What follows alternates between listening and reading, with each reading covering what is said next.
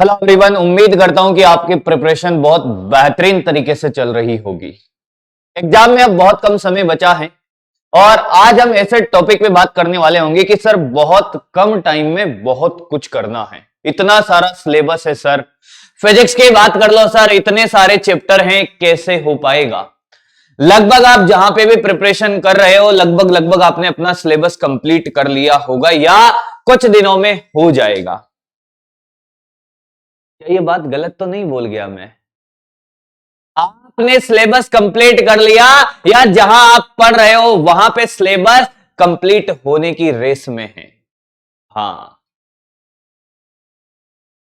Actually ये competition का exam है ही नहीं भाई, पहले बता दूं। या आप सिलेबस कंप्लीट करने नहीं आए हो, ये कौन सी बात हुई सर? मैंने कहा अगर मान लो कि फिजिक्स में कितने चैप्टर हैं साहब, बहुत कैजुअल बात करते हैं, एकदम आराम आराम से। फिजिक्स में सर 30 चैप्टर है। हाँ सर, मैं उस कोचिंग में पढ़ता हूं, फलानी कोचिंग में पढ़ता हूं साहब, और वहां पर लगभग सर 20 चैप्टर हो गए हैं, लगभग 25 चैप्टर हो गए हैं या 28 चैप्टर हो गए हैं। आप जहां भी पढ़ते हो कोई फर्क नहीं पड़ता साहब, पर आपको यह डिसाइड करना है कि आपने कितने चैप्टर 100% कर लिए हैं।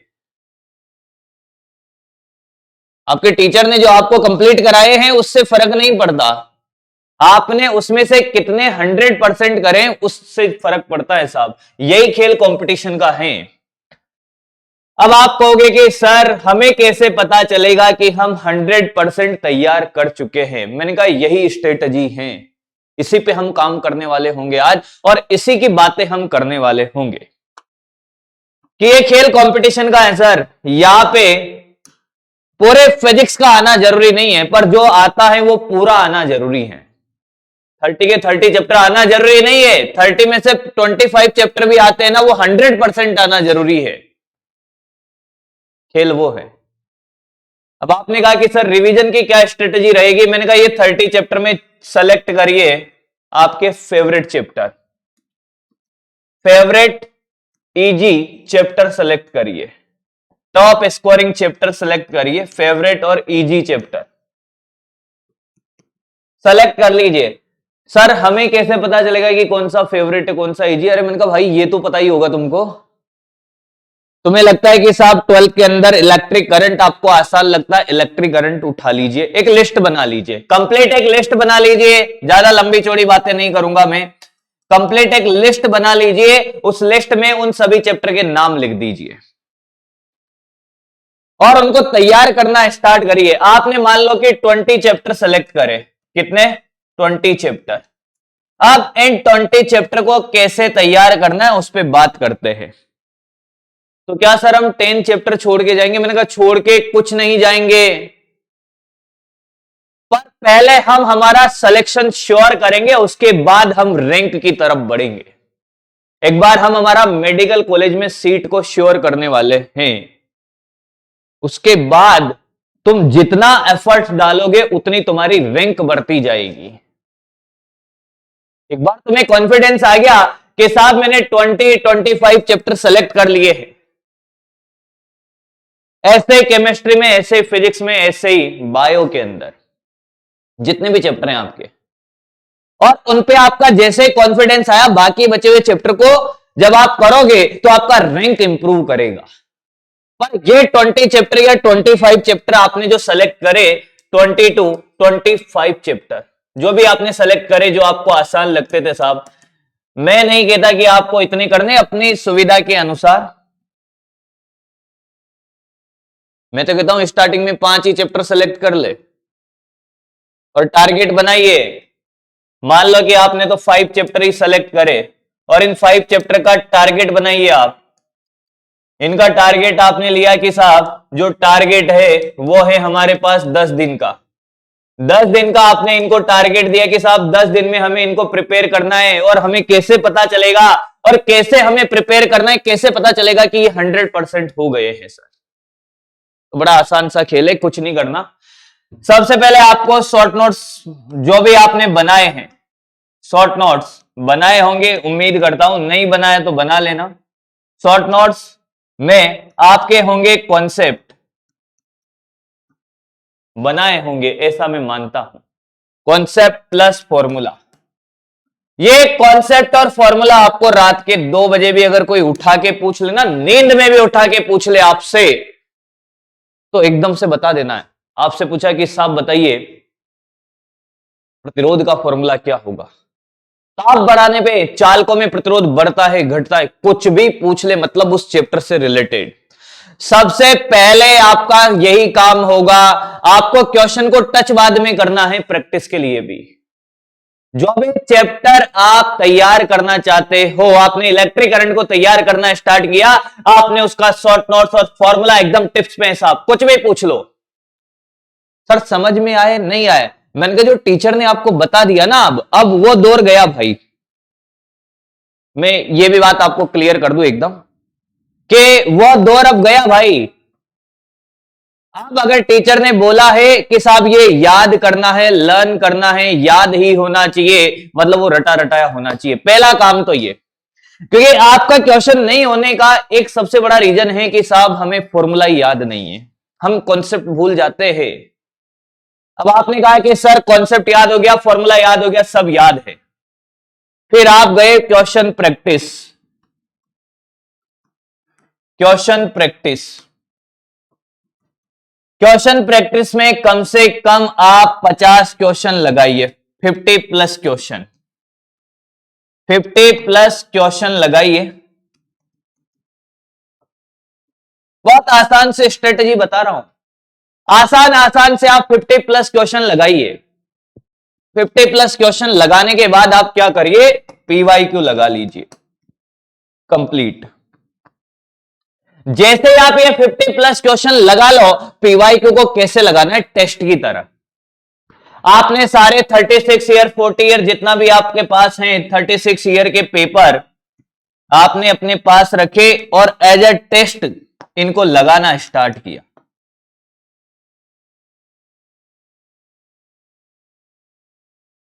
तो सर हम मान लें कि हमने 100% तैयार कर लिया है, मैंने कहा मानना पड़ेगा कि हां कर लिया।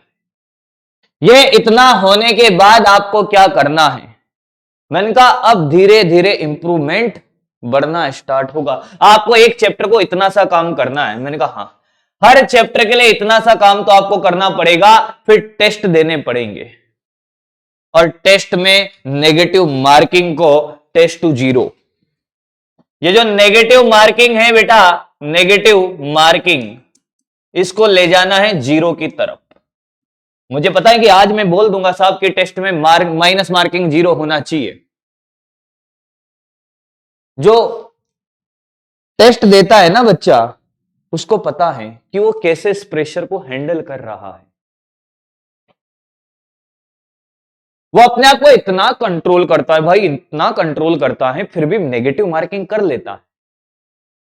हाँ, पर अगर आपने आज नेगेटिव मार्किंग को कंट्रोल नहीं किया तो मेन एग्जाम में आप कितना भी कंट्रोल करके चल जाना, मेन एग्जाम में कंट्रोल नहीं होगा। तो नेगेटिव मार्किंग को अगर कंट्रोल करना है तो आज से स्टार्ट करना पड़ेगा, कोई टेस्ट छोड़ना नहीं है, सारे टेस्ट देने हैं साहब। और कोशिश करिए कि मान लो कि जब आप इस वीडियो के बाद, इस लेक्चर को देखने के बाद टेस्ट देखने जाओगे, तब ये सोच के जाना कि इस बार मैं मिनिमम नेगेटिव मार्किंग करूंगा। मान लो कि इसके बाद जो आप टेस्ट देते हो उसमें आपने -4 नेगेटिव मार्किंग करी, अगले टेस्ट में नेगेटिव मार्किंग 3 होनी चाहिए, 3 क्वेश्चन की। मान लो 4 क्वेश्चन नेगेटिव मार्किंग करे, फिर 3, फिर 2। ये प्रोसीजर बताया है, ऐसा नहीं 4 ही क्वेश्चन नेगेटिव मार्किंग करा होगा, हो सकता है ज्यादा कर दिया हो भाई, मुझे नहीं पता। वो डिपेंड करता है कि उस टाइम आपका मेंटल स्ट्रेस किस लेवल का है, कितने एटमॉस्फेयर पे खेल रहे हो। पता चला 1 एटीएम से ज्यादा पे खेल रहे हो तो नेगेटिव मार्किंग होने के चांसेस ज्यादा होंगे। अगर आपका ये जो प्रेशर है ना, ये 1 एटीएम से ज्यादा पे खेलेगा ना बेटा, तो नंबर भी कम आएंगे, नेगेटिव मार्किंग भी ज्यादा होगा। टीचर हमेशा हर बार बोलता है साहब कि जिस भी एग्जाम को दीजिए मेन एग्जाम समझ के दीजिए। हां दीजिए, पर जो प्रेशर है ना, वो प्रेशर को किसके इक्वल करिए कि 1 एटीएम लग रहा है ना, अभी हम खड़े हैं यहां पर, हाँ सीधी सी बात है, क्या हमारे ऊपर 1 एटीएम का प्रेशर है? हाँ। क्या हम भी 1 एटीएम एग्जर्ट कर रहे होंगे? हाँ बिल्कुल सर, तभी तो यहां पे स्टेबल हैं। तो बस इतना ही प्रेशर होना चाहिए। और एक्चुअली होता क्या है कि प्रेशर मोर देन 1 एटीएम हो गया ना बेटा, तो सारा खेल बिगड़ जाता है। ऐसा नहीं है मैं कोई जादू की छड़ी लेकर आया हूं आपके लिए, मेरा बस एक काम था कि आपको एक सही रास्ता दिखाना।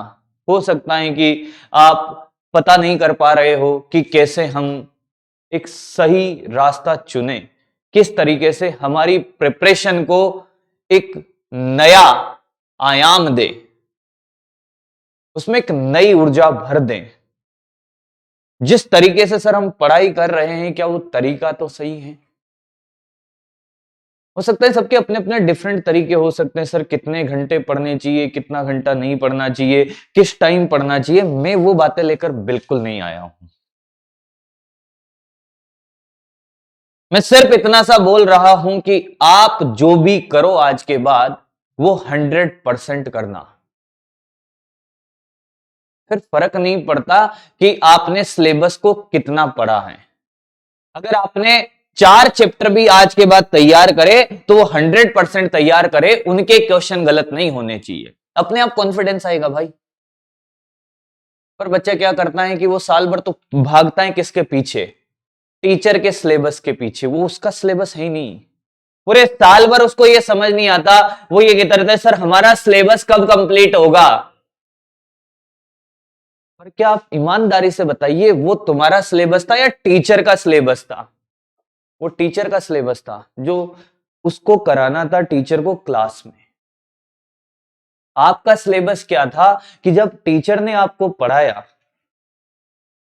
आपने सीखा और आपने उस चैप्टर को पूरा तैयार किया, तो आपका सिलेबस हुआ। आपने क्लास अटेंड कर ली, घर आए, सो लिए, खा लिए, पी लिए, वापस चले गए, फिर क्लास अटेंड करी, आ गए, आपका सिलेबस थोड़ी हो रहा है। Is that clear? तो उम्मीद करता हूं कि आप अपनी तैयारी को एक नया आयाम दे रहे होंगे, एक नई ऊर्जा और नए जोश और जुनून के साथ काम कर रहे होंगे। क्लियर हैं? तो फिर wish you all the best, और आपके सिलेक्शन की मैं कामना करता हूं और अग्रिम शुभकामनाएं देता हूं। चलिए बहुत बहुत धन्यवाद। और आप अपने एग्जाम में कितने मार्क्स चाहते हो कमेंट में जरूर बता के जाना दोस्त। Thank you so much. मिलते हैं फिर एक और ऐसे ही कोई नई वीडियो के साथ जिसमें नई नई बातें हो रही होगी। बहुत बहुत धन्यवाद। मस्त रहें, जबरदस्त रहें।